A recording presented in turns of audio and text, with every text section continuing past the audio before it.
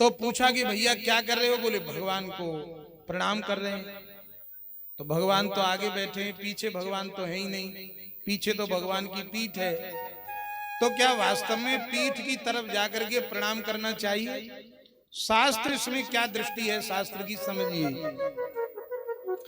हम यदि भगवान के मंदिर में जाएं तो इस बात का हमेशा ध्यान रखना, भगवान के बिल्कुल सामने जाकर के कभी भगवान को प्रणाम नहीं करना चाहिए।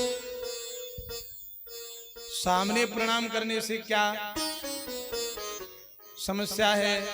बोले भगवान के सामने गरुड़ भगवान और भी अधिक देवी देवता भगवान के सन्मुख खड़े हो जाते हैं। यदि हम भगवान के मंदिर में जाकर एकदम सामने प्रणाम करेंगे तो हमारे पैर उन देवी देवताओं की तरफ हो जाते हैं। इसीलिए भगवान को सामने से प्रणाम नहीं करना चाहिए, पहली बात। दूसरी बात, भगवान को बाईं तरफ जाकर के भी प्रणाम नहीं करना चाहिए। बाईं तरफ ऋषि मुनि भगवान के खड़े रहते हैं। अब आप कहोगे कि हमें दिखते नहीं है। बोले हमें दिखे नहीं वो बात अलग है, लेकिन हर समय ऋषि मुनि देवी देवता भगवान के प्रत्येक मंदिर में सामने खड़े रहते हैं। तो ना तो भगवान को सामने से प्रणाम करना चाहिए, ना भगवान को बाईं तरफ जाके प्रणाम करना चाहिए। भगवान को जब जब प्रणाम करो तब तब भगवान के दाहिनी ओर जाकर और तब साष्टांग प्रणाम भगवान को करना चाहिए। यही प्रणाम करने की शुद्ध परंपरा है। आप बड़े बड़े संतों को देखोगे तो वो कभी भी ठाकुर जी के सामने से प्रणाम नहीं करेंगे, और यदि सामने से प्रणाम किया तो समझ लो जानकार साधु नहीं है, कोई खड़िया पंटल है। यदि सामने से प्रणाम किया है तो साधु को जानकारी नहीं है।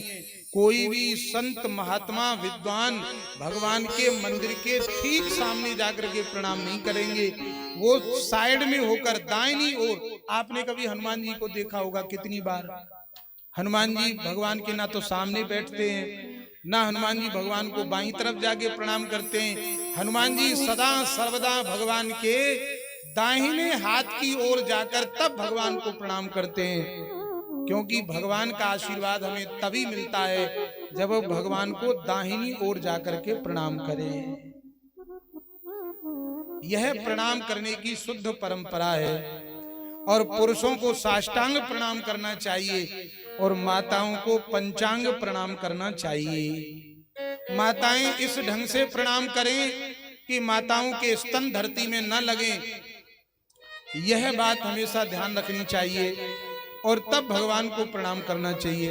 पुरुषों को भी भगवान की दाहिनी ओर जाके प्रणाम करना चाहिए और महिलाओं को भी भगवान की दाहिनी ओर जाके प्रणाम करना चाहिए। प्रणाम करने के बाद अब हम अपने बड़े बुजुर्ग गुरुजन